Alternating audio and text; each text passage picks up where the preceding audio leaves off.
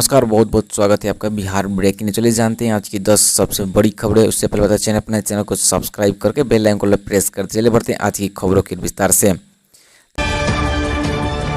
तेजस्वी यादव के बयान पर नित्यानंद का पलटवार। तेजस्वी यादव और नीतीश कुमार गठबंधन के बाद बिहार में राजनीतिक तापमान बढ़ गया है। बिहार बड़ी सियासी हलचल के बीच केंद्रीय गृह राज्य मंत्री गुरुवार को समस्तीपुर पहुंचे।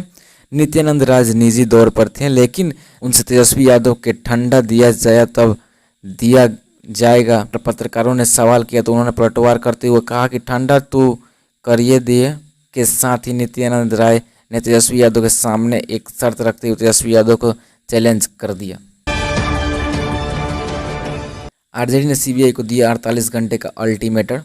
राजद के राष्ट्रीय प्रवक्ता और सांसद मनोज झा ने कहा कि अगर सीबीआई, ईडी और इनकम टैक्स जैसे संस्थाओं ने अपनी शौर्य में सुधार नहीं किया तो महागठबंधन के कार्यकर्ता अपने अंदाज में विरोध करेंगे। हम जनता के बीच जाकर लोगों को बताएंगे कि हम लोग रोजी रोजगार देने की बात कर रहे हैं और उस दौर में हमारे नेताओं पर प्रताड़ित किया जा रहा है। बीपीएससी कार्यालय के बाहर अभ्यर्थियों ने किया प्रदर्शन।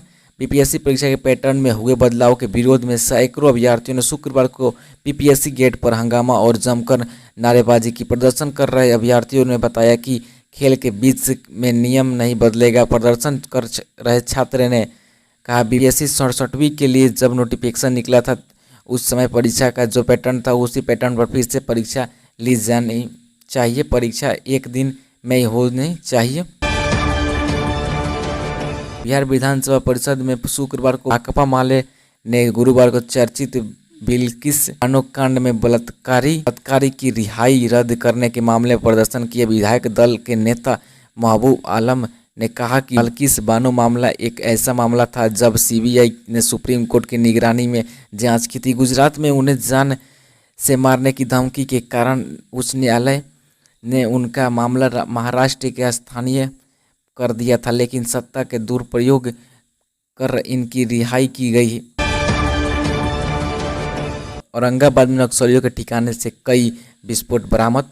औरंगाबाद में नक्सलियों द्वारा सुरक्षा बलों पर हमले की बनाई जा रही योजना के कोबरा और पुलिस जवानों ने एक बार फिर नाकाम कर दिया। गुप्त सूचना पर कोबरा बटालियन और पुलिस की टीम ने संयुक्त रूप से नक्सलियों के विरुद्ध कार्रवाई की, जिससे 2 राइफल, 2 कैन आईडी बम, 28 जिंदा कारतूस के अलावा अन्य सामान बरामद किए गए हैं। यह कार्रवाई मदनपुर थाना क्षेत्र, अजनवा पहाड़, कसमर स्थान, बनवरा और निमिया बथान के साथ इसके आसपास के क्षेत्रों में भी की गई।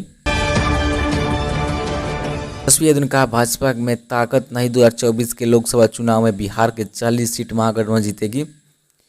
बिहार के उप मुख्यमंत्री और आरजेडी नेता तेजस्वी यादव ने बड़ा दावा करते हुए कहा कि बिहार में बीजेपी में ताकत नहीं है और 2024 के लोकसभा चुनाव महागठबंधन राज्य की 40 लोकसभा सीट पर जीत दर्ज करेगी। तेजस्वी यादव ने गुरुवार को मीडिया में बात करते हुए कहा था कि भाजपा के तो ताकत है नहीं, ये तीनों जमाई को आगे कर देती है। तेजस्वी यादव इधर कुछ दिनों से लगातार ईडी, इनकम टैक्स और सीबीआई को भाजपा के 3 जमाई बता रहे हैं। सुशील मोदी ने सारे मोदी चोर हैं मामले में दर्ज कराया बयान। कहा कांग्रेस डूबता हुआ जहाज। कांग्रेस सांसद राहुल गांधी ने 2019 में कहा था कि सारे मोदी चोर हैं। इसके बाद भाजपा नेताओं ने इस पर आपत्ति जताते हुए मानहानि का मामला दर्ज कराया था। इसी मामले में आज शुक्रवार को बिहार में पूर्व उप मुख्यमंत्री सुशील कुमार मोदी ने पटना के एमपी एमएलए कोर्ट में अपना बयान दर्ज कराया है। इसके बाद सुशील मोदी ने कहा कि राहुल गांधी ने सिर्फ नरेंद्र मोदी को ही नहीं सारे मोदी चोर हैं कहा था। इसी वजह से उन्हें खुद को अपमानित महसूस किया था। सुशील मोदी ने कहा कि इस मामले में राहुल गांधी जैसे लोगों को सजा होनी चाहिए। बिहार में आरजेडी बीजेपी टेंशन के बीच तेजस्वी यादव से मिले भाजपा विधायक लल्लन निकाले जा रहे हैं सियासी मायने। एक तरफ जहां राजद और भाजपा एक दूसरे के ऊपर हमलावर है और सियासी उलटफेर के बाद बीजेपी ने लालू यादव और तेजस्वी यादव को निशाना बनाया, वहीं दूसरी तरफ एक भाजपा विधायक ने अपनी तस्वीर शेयर की है जिसमें उन्होंने तेजस्वी यादव के मुलाकात करते हुए उन्हें लालू यादव पर लिखी एक पुस्तक भेंट की है। बिहार की सियासत के पीछे दिनों बड़ा भूचाल आया है। सत्ता में बैठी बीजेपी अचानक विपक्षी पार्टी बन गई है और विपक्षी दल महागठबंधन की सत्ता गठबंधन है। राजद सत्ता में आई तो तेजस्वी यादव उप मुख्यमंत्री बनाए गए, जिसके बाद अब भाजपा विपक्ष में बैठकर तेजस्वी यादव, लालू यादव और राजद कुनवा को लगातार घेर रहा है। इस बीच भागलपुर के पीपौती से भाजपा विधायक ललन पासवान ने तेजस्वी यादव से मुलाकात कर अपनी खास फोटो सोशल मीडिया पर शेयर की है। बिहार के डिप्टी सीएम तेजस्वी यादव कुर्सी पर बैठी राबड़ी देवी। बीजेपी ने कहा आ गया राजतंत्र। बिहार में महागठबंधन की सरकार बनने के बाद विपक्ष लगातार सत्ता पक्ष पर हमलावर है। इस बीच एक तस्वीर सामने आई है जिस पर विपक्ष को सरकार पर हमला करने का एक और मौका दे दिया। तस्वीर के बिहार के डिप्टी सीएम तेजस्वी यादव कुर्सी पर पूर्व मुख्यमंत्री राबड़ी देवी बैठी हुई दिख रही है, जबकि उनके बगल में तेजस्वी यादव बैठे हैं। इस तस्वीर के सामने आने के बाद भारतीय जनता पार्टी सरकार पर जोरदार हमला बोला है।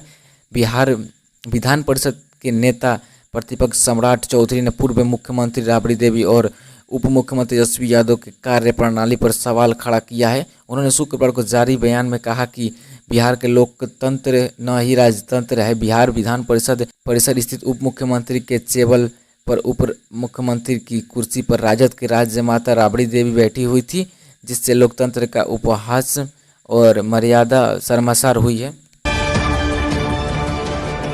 अब कम किराए में कीजिए एसी कोच में सफर। रेलवे यात्रियों को देने जा रहा है ये नई सुविधा। रेल यात्री को यात्रा के लिए थर्ड इकोनॉमी श्रेणी के रूप में एक बेहतर विकल्प मिलने वाला है। यात्री कम किराए में आधुनिक सुविधाओं के साथ रेल यात्रा कर सकेंगे। विशेष रूप से बनाए गए थर्ड एसी इकोनॉमी में 6 कोच को पहली खौफ पूर्व मध्य रेलवे को मिली गई है।